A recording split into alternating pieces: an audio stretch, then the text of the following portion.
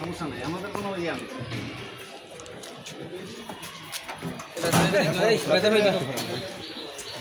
আমরা তো স্যার এখানে চাকরি করি স্যার আমরা গাড়ি চালাই আমি তো ওষুধ কিনে আমার ধরে লেগেছি রুগীটা কথা বললেন না স্যার আমি কাউন্টারতে খালি রেখেছি স্যার আমি তো স্যার কাউন্টারতে খালি রেখেছি স্যার আমি তো স্টাফ স্যার আমি টিকিটটা স্যার আমাকে মাফ করে স্যার আমাকে কাজটা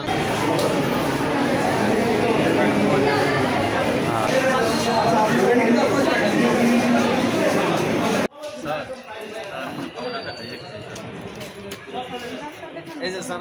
এই যে সাংবাদিক এরা সবাই চিনাম স্যার হয়েছে স্যার তোমাদের চিনাবো